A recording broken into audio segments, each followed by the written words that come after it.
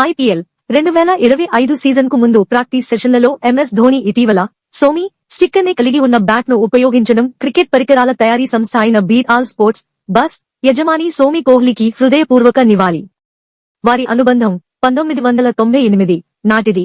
అతని డీలర్ పరమజీత్ సింగ్ నుండి నిరంతర అభ్యర్థనల తర్వాత 18 ఏళ్ల ధోనీని స్పాన్సర్ చేయడానికి కోహ్లీ అంగీకరించాడు.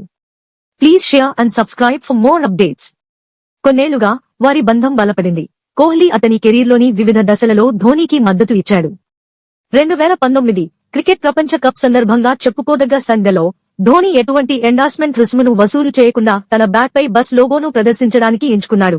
కోట్ల రూపాయల విలువైన లాభదాయకమైన ఒప్పందాలను ముగించాడు. ధోనీ నిస్వార్థ చర్యకు సోమి కోహ్లీ కృతజ్ఞతలు తెలిపాడు.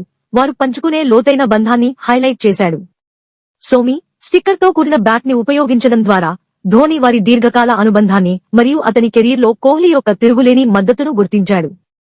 అతని విధేయత మరియు కృతజ్ఞతా భావాన్ని ప్రతిబింబిస్తూ తన ప్రయాణంలో కీలక పాత్ర పోషించిన వారి పట్ల ధోనీ ప్రశంసలను ఈ సంజ్ఞ నొక్కి చెబుతుంది.